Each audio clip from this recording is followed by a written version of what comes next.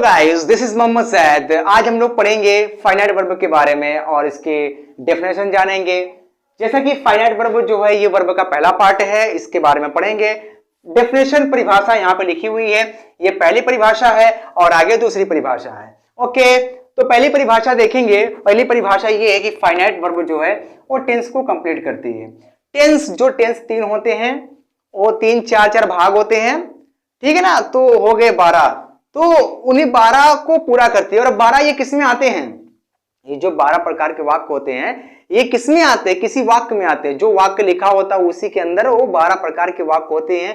कभी present definite होता है, कभी ये, कभी वो, कभी प्रेजेंट कंटीन्यूअस, कभी वो परफेक्ट, है ना। ऐसे होता रहता है, तो उसी को पूरा करती है। उसका जो मतलब होता है वाक्य को, उसको वो पूरा करती है। कौन? Finite verb. ओके, अभी एग्जाम्पल के थ्रू मैं आपको समझाने का प्रयास कर रहा हूं। प्लीज आप यहाँ पे ध्यान दें ताकि आप समझ पाए। पहला एग्जाम्पल है राम गोज टू मार्केट। इसका मतलब निकालते हैं, ये हमारा वाक्य है, ठीक है ना। और इसी वक्त जान लेते हैं कि इस वाक्य के अंदर मैंने बताया टेंस छिपे होते हैं। तो आप बताइए हमको इसमें कौन से टेंस छिपे हुए हैं। तो आप देख रहे हो एक वचनकर्ता के साथ राम एक वचन है, क्रिया में ईएस लगा हुआ है, तो हमारा कौन सा टेंस हो जाएगा? ये कौन से टेंस का रूल है? ये हमारा है प्रेजेंट इंडेफिनिट टेंस का रूल है, ठीक है ना। तो सेंटेंस के अंदर, वाक्य के अंदर ही हमारे टेंस छिपे होते हैं। अब परिभाषा है कि ये क्या किसको पूरा करती है? टेंस को पूरा करती है, यानी कि वाक्य को ही पूरा करती है, क्योंकि वाक्य के अंदर टेंस छिपे हुए हैं, है ना। सही से बताया जाए तो इसका जो मतलब, इसका मतलब निकालेंगे तो क्या निकलेगा? Ram goes to market. तो क्या यहां पर कोई बात अधूरी है? पूरा करने का मतलब क्या हुआ? टेंस को पूरा करती है, तो इसका मतलब यह हुआ जो वाक्य का मतलब है उसमें अंदर कोई टेंस है ना, उस टेंस का जब हम मतलब निकालते हैं, यानी कि इसका मतलब जब हम निकालते हैं तो यही तो टेंस है।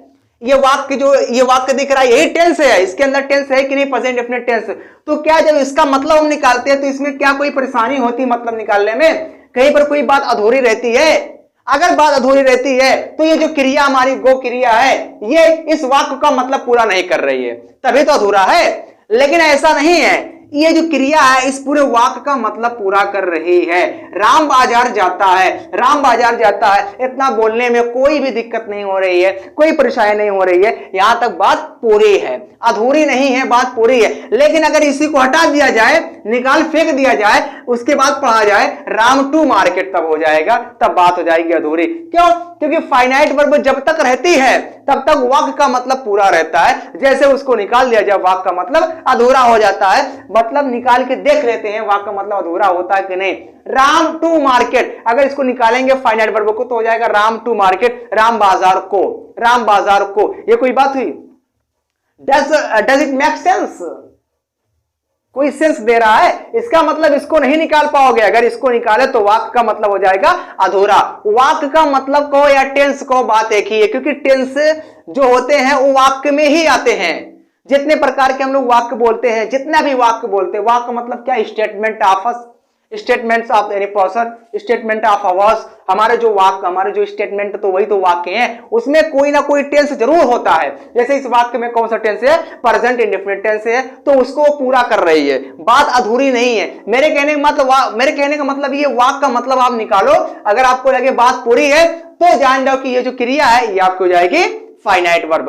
हाँ, बात तो इसमें सब लोग पूरा कर रहे हैं, ये भी, लेकिन इसमें बात हो रही है फाइनाइट वर्ब की। तो मुझे बताओ इसमें फाइनाइट वर्ब शब्द आया कि नहीं? तो वर्ब कौन है इसमें? यही तो वर्ब है। वर्ब का मतलब क्या होता है? जो एक्शन को शो करे, जो एक्शन को रिप्रेजेंट करे, जो कार्य को बताए, वही तो वर्ब है। तो यही तो कार्य बता रही है, गो माने जाना, यही काम बता रही है। बाकी कहां काम बता रहे हैं? तो बाकी फाइनाइट वर्ब नहीं हुए, सिर्फ यही हुए, है ना।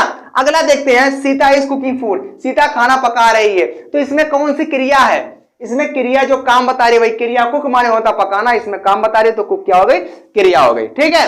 अब ये क्या कर रहे हैं? इस पूरे वाक्य का मतलब, इस पूरे वाक्य में टेंस कौन सा? पहले ये बताइए। इस पूरे वाक्य में टेंस जो है इसके साथ आईएनजी लगा, इसका मतलब प्रेजेंट इंडेफिनिट टेंस हो गया। इस वाक्य में जो टेंस है वो प्रेजेंट इंडेफिनिट टेंस हो गया। ओके, तो इसको ये पूरा कर रही है। पूरा करने का मतलब, इसको जब हम पढ़ते हैं, जब इसका मतलब निकालते हैं, तो कोई भी बात अधूरी नहीं रहती है, वाक्य का मतलब पूरा रहता है। इस तरह से ये पहले डेफिनेशन थी। तो इससे निष्कर्ष ये निकलता है, कोई भी क्रिया जो वाक्य में आए और वाक्य का मतलब पूरा करे, उस क्रिया को बोलते हैं फाइनाइट वर्ब। फाइनाइट वर्ब को एक नाम से और जानते हैं, मेन वर्ब के नाम से जानते हैं। फाइनाइट वर्ब को मेन वर्ब के नाम से भी जानते हैं। अब आती है दूसरी डेफिनेशन पे। Finite verb changes, finite verb बदलती है किसके द्वारा? बाय द केस, केस के द्वारा। किसके केस के द्वारा?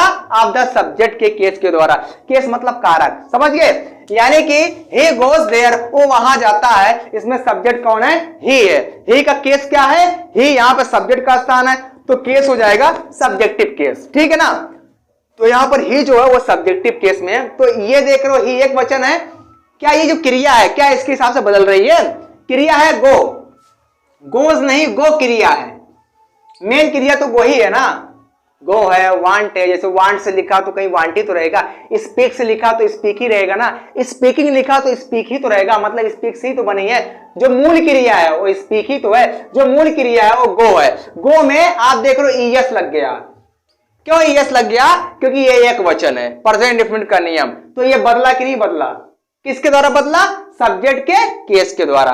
सब्जेक्ट का केस क्या है आपका? ही सब्जेक्टिव केस है। सब्जेक्ट के स्थान पे आएगा सब्जेक्टिव केस, ऑब्जेक्ट का काम करेगा तो ऑब्जेक्टिव केस, अधिकरण का काम करेगा, अधिकरण अधिकार इस तो होता है, तो पॉसेसिव केस हो जाएगा। सिंपल है ना? यहां पर देखिए, दे गो देयर, यहां पर गो जो क्रिया ये नहीं बदली। क्यों नहीं बदली? क्योंकि दे जो है ये आपका जो है ये प्लूरल है। तो जो प्लूरल रहेगा, प्लूरल यानी बहुवचन रहेगा, तब नहीं बदलता, क्रिया में कोई परिवर्तन नहीं होते हैं। इस तरह से आप देख रहे हो, कभी बदल रहा है कभी नहीं बदल रहा है। तो किसके द्वारा बदल रहा है, किसके द्वारा नहीं बदल रहा है? वो सब्जेक्ट के केस के द्वारा, है ना?